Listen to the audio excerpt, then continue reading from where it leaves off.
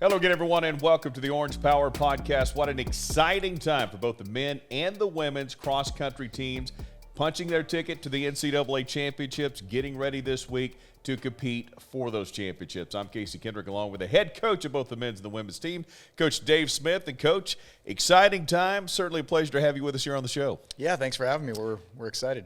You know, and it is an exciting time, right? I mean, all that time, the effort, everything that goes into it, when it culminates in the opportunity to go get that ultimate goal, what a great time of a year for any program, and certainly for you guys right now. Yeah, I was talking to a fellow coach from another institution last night, and I was saying this is the hardest time because we're ready, and it's the time of year when illnesses are going around, injuries are going around, and every day that goes by, you're thinking, is this the day that we get that bad news? So we all want to get to the course, get going. Let's run it right now. We're ready. Let's go. So you know, and the other thing is, it's cliche, right? Be performing at your best at this time. Yeah. You guys both on the men's and the women's side, regional championships. You guys got an additional first place vote. So while you stayed number 2 in the rankings, technically you moved up. The women moved up to number 16. So are you, in fact, running your best races right now? I think we're getting there. Yeah. And we've got about 5 days to get all the way there. But, you know, we had the women ran well at the conference meet. The men, we had a tough day. And, you know, it wasn't one guy. It was 3 or 4 guys. So that usually comes down to a systemic problem or a coaching problem. And so I think our system's fine. I think probably we went awfully hard in the early part of October, and we didn't pull back on the reins quite soon enough, and I think we were tired at the conference meet. But by the time we get to regionals 2 weeks later, it seems like we're starting to bounce back, and hopefully another 8 days will be even better. You know, you have been here so many times, right? So you have so much data to draw on. Mm-hmm. I'm just curious, how have you done that over the years? Is it kid-specific? And, okay, no, we've got veteran runners, so this is what we do with veterans, or this is what we do with youngsters. How do you kind of put all that information together to know how to handle this particular team? All of what you said is true. It's younger runners handle things differently than more experienced runners. Some guys just physiologically are slightly different than others, and they can handle different kinds of training. So you kind of have a working framework that we go with, but then you have to adjust it for individuals as you learn those people as individuals and human beings and how they respond to stress and pressure and end of the season and all that kind of stuff. You kind of adapt as you go. And so we've got a group right now that the 7 men that will run at the national championship, 6 of them have been in the top 50 before, which is if you've put 6 in the top 50, in almost any year, you're going to win. So we've got guys that if they just match what they've done in the past, we're an awfully good team. Yeah, you know, and so little things I want to talk about. Before we get into that, though, some of the things, I want to talk about some of the individual. Let's start on the men's side. Dennis got another individual championship, and that's back-to-back. That's pretty uncommon. Yeah, it is. We have never had anybody do it at OSU, and usually we have nobody do it because I tell them, let's not do that. And I told Dennis in each of the last 2 years, hey, we don't need to win. Let's just go be 5th to 10th. Let's get through this with as little effort as possible, get the team through, and save some of your resources for the national championship in 8 days. And that was the plan again this year, and Dennis has his own plan. So, yeah. You know, and that's a very interesting point, right? I mean, when you tell a quarterback, throw it to the left or hand the ball off, and they pass it instead pass to the left, you know, there's consequences to that. This is such an individualized sport. It's a little different in that regard, isn't it? It is, but again, when you got a guy calling audibles all the time, at some point you get a little frustrated. And Dennis is calling audibles. You know, he's calling his own number. And so he's a competitive guy. He doesn't ever want to run into a race with the idea that I'm not trying to win. Yeah. And I try to sell to my guys that regionals for us is like a prelim. We're just trying to make the final. We don't have to win the prelim. We just have to get into the final. And you get through but again, Dennis and Laban also, who got second, those guys, that's not in their DNA. They want to win everything they do. So, you know, I've also learned over the years that you don't coach the competitiveness out of guys like that. You got to let them be them a little bit. Yeah. And so I wasn't too unhappy with Dennis. You mentioned a couple of the guys. What about Brian and Victor? Talk to me a little bit about those two youngsters. Vic is our captain. He is in his 6th year, thanks to COVID. He had a redshirt year and now a COVID year, and he's back leading our team. He is a great guy. He is all about OSU. He's here only for the fall, and then he graduates and moves on with life. But for him, this is his last race in uniform, and he is very dialed in, very excited. Keeps telling me not to worry, things are great.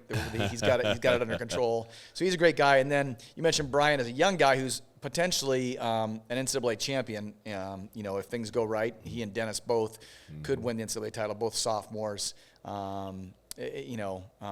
Hopefully we'll approach the Nationals with the idea that we got to secure the team title first and not take any unnecessary risks. Yeah. And then when we get to 75% of the race over and we think we're in a good position, then you can go run for glory. Interesting. Does that get communicated during the race? Yeah. Okay, guys, we're there. I mean, is there a sign? Yep. Is there? I mean, how do you communicate that? Well, that? for example, last year at about 6K, it became apparent to me that we were in the driver's seat. We're a second half team. That's the way we run races. We're always better in the second half, and we were already significantly ahead of NAU, Northern Arizona, at that point. So I felt pretty good, and my message to everybody was just take no risks, stay where you are, don't move up, don't take any chances. Brian and Dennis went to the front and tried to run away with the race, and at the end of the race, Brian was kind of coming in on fumes and was looking over his shoulder and losing places and kind of staggering a little bit, and I saw that national championship starting to evaporate. I thought, Brian, settle down. Just get to the finish line. You don't have to close hard. Just stay on your feet. And so, there's places during the race where we can find gaps in the crowd where it's not so loud that you can try to get bits of information and tell them what's happening. And there's a little bit of adjusting they can do. Often they can't turn it up too much because they're already running at a high level, but you can get them to turn it down a little bit if things are in hand.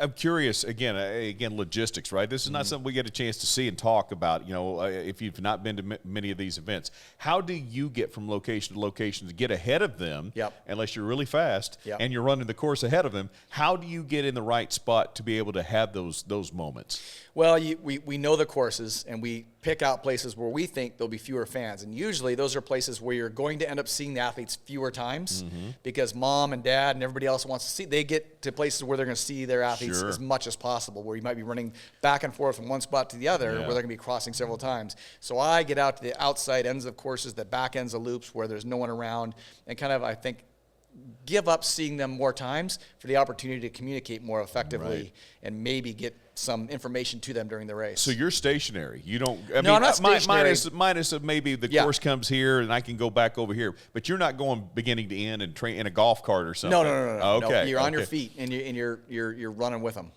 Communication with other coaches that may be spotted in other places. Do you have that ability? Yeah, we can. Often the places we are don't have great cell service, and because the results reporting system is also using all that data, it often gets jammed up. So it's not always super easy to communicate, but if we need to, we can get kind of communication back and forth across the course. Let's talk about a couple of the young ladies. I believe it's Josephine, right? Yep. Josephine, obviously, Victoria, and Colleen. Some of these other young ladies that are doing Savon, is that right? Yep. Savon also, and I'm saying their first names because their second names, their last names are very challenging. So tell me a little bit about the women's team.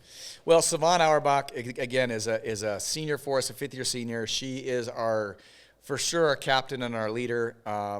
She's experienced. This will be her third NCAA championships in cross country to run in. I don't know if she's necessarily our top runner, but she is the captain for sure. And I think she has a very calming, steadying influence on the rest of the women. And with Josephine and Victoria, they're young and inexperienced, and their inclination is just to go to the front and run as hard as they can for as long as they can, which is not always the best strategy. So for them, it's, Savon is going to chaperone you through 2/3 of the race, and then in the last third, you can do whatever you got to do. And sometimes Savon's been our number one runner. Sometimes each of those women is, either Victoria or Josephine has been number one. You mentioned Colleen Stegman from Dallas.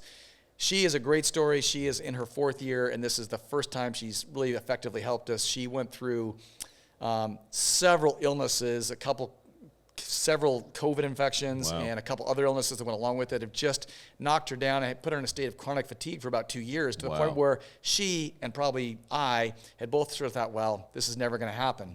She finally got healthy. She's had 8 or 9 months of training, and she is coming on and getting better every week. And Wow. I think, she is a key to what we do at the national championships, will be her performance. Love that story, obviously, the perseverance, right? Yeah. And a kid that stayed here, right? Yep. And those sorts of things.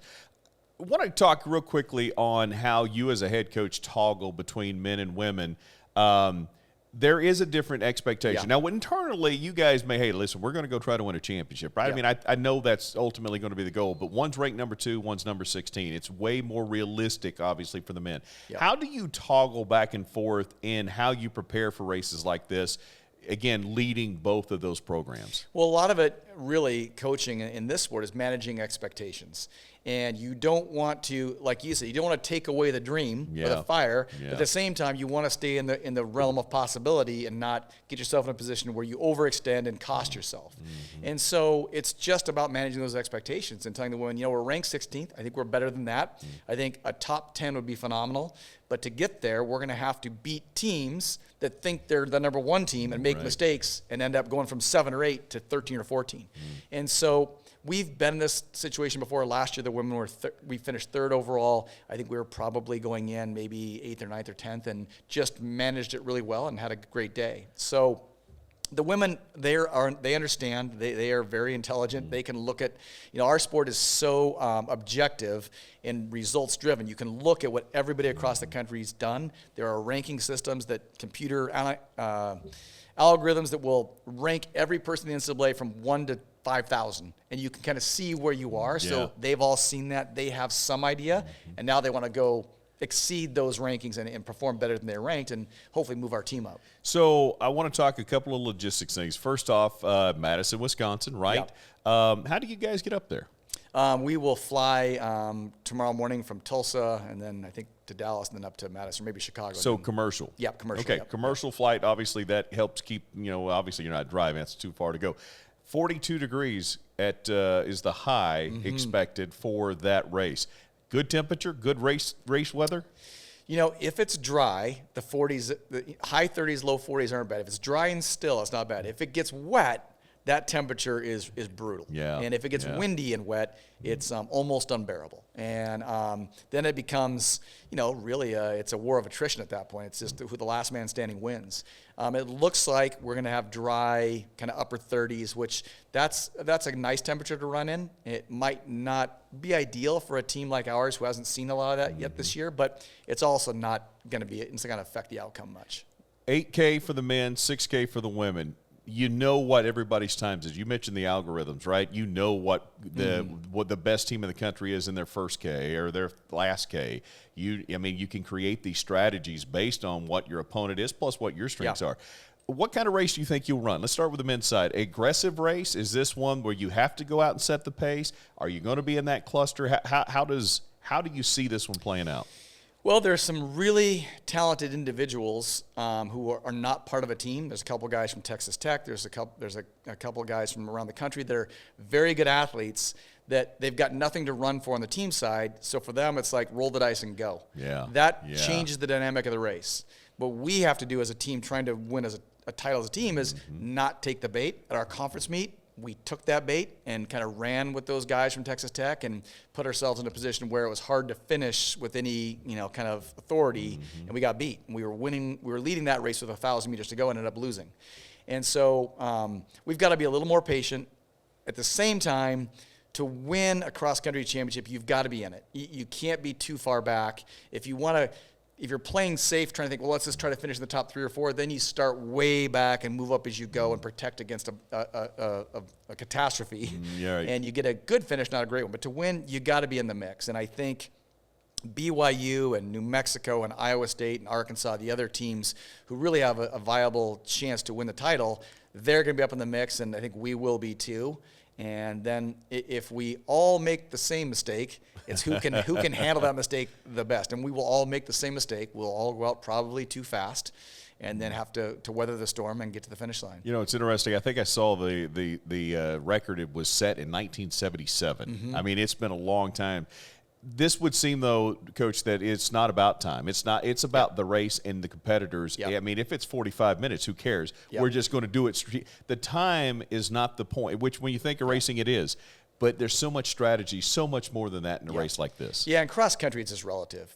I tell people what we should do for cross country is have a clock that starts with the first finisher.